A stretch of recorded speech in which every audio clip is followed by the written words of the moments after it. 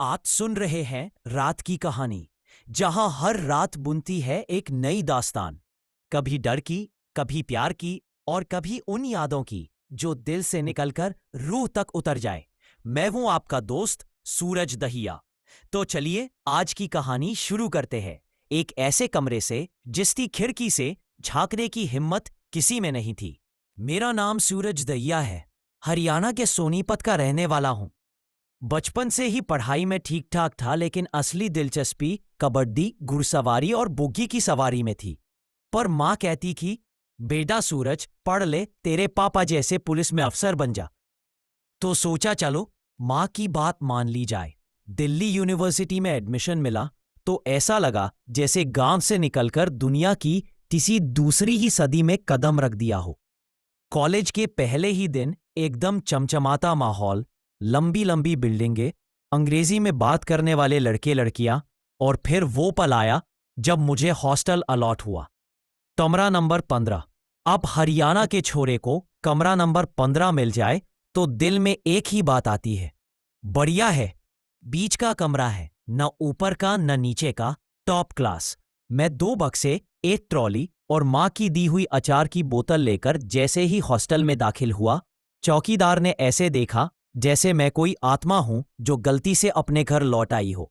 बोला, बेटा 15 नंबर तो ठीक है, पर खिड़की मत खोलना। मैं हंसा, क्यों, कोई तोप पड़ी है क्या बाहर? वो बोला, तोप नहीं पर बला जरूर है। मेरे कान तो खड़े हो गए, पर सोचा दिल्ली के लोग होंगे, डराने की आदत होगी। मैं सीधे अपने कमरे में गया, बिस्तर लगाया, मां की रजाई बिछाई और लेट गया। रूम पार्टनर मिला, ऋषि मल्होत्रा, पंजाब से आया हुआ, थोड़ा नाजुक दिल का पर बातूनी। बोला, भाई तू नए लगते हो। मैंने कहा, हाँ, और तू पुराने जैसे लगते हो। वो बोला, मैं यहां पिछले 2 साल से हूं, पर एक बात बोलूं? मैंने कहा, बोल भाई, तेरे बोलने से ही रूम गर्म लग रहा है। वो धीरे से बोला, इस कमरे की खिड़की रूम नंबर 13 की तरफ खुलती है, और भाई उस कमरे में मत देखना। रात को अजीब अजीब आवाजें आती हैं, कई बार तो जैसे कोई दरवाजा पीट रहा हो। मैंने कहा, भाई तू डरपोक होगा, पर मैं सूरज दहिया हूं, भूत भी देखे ना तो घबराता है। ऋषि बोला, ठीक है भाई, मैं तो कह दिया, अब तू जान और तेरा ईगो। रात के लगभग 1:30 बजे थे।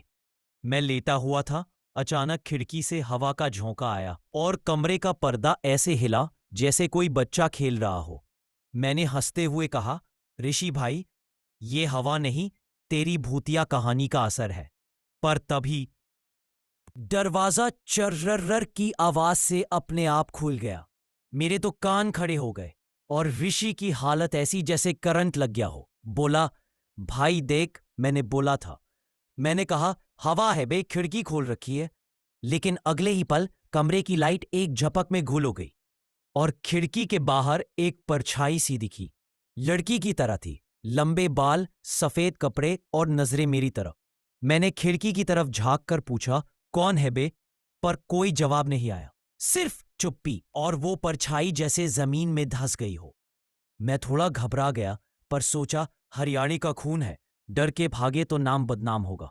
वापस बिस्तर पर लेटा और ऋषि को कहा, भाई तू तो नींद में भी डर रहा है, हद है। अगली सुबह हॉस्टल की कैंटीन में चाय पीते वक्त कुछ सीनियर्स मिले। बोले, अबे तू नया वाला है ना? मैंने कहा, हाँ सूरज दहिया। उनमें से एक बोला, भाई हरियाणा वाला है तो बहादुर तो होगा ही। दूसरा बोला, चल फिर एक टेस्ट कर लेते हैं। मैं समझ गया, रैगिंग चालू है। बोले, आज रात 2 बजे तू रूम 13 में जाएगा और एक फोटो खींच कर लाएगा अंदर से। मैंने हंसकर कहा, भाई फोटो क्या, वीडियो बना दूं? चाहो तो भूत से लाइव चैट करा दूं। वो बोले, भाई तू हंस ले, पर जिसने ये करने की कोशिश की है वो आज तक हंस नहीं पाया। अब मैं थोड़ा सीरियस हो गया, पूछ ही लिया, भाई क्या है इस रूम 13 में?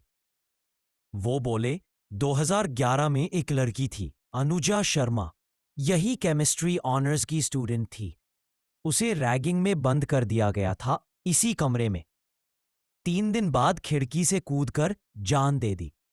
उसके बाद से रात 2:13 पर हमेशा कुछ होता है उस कमरे में।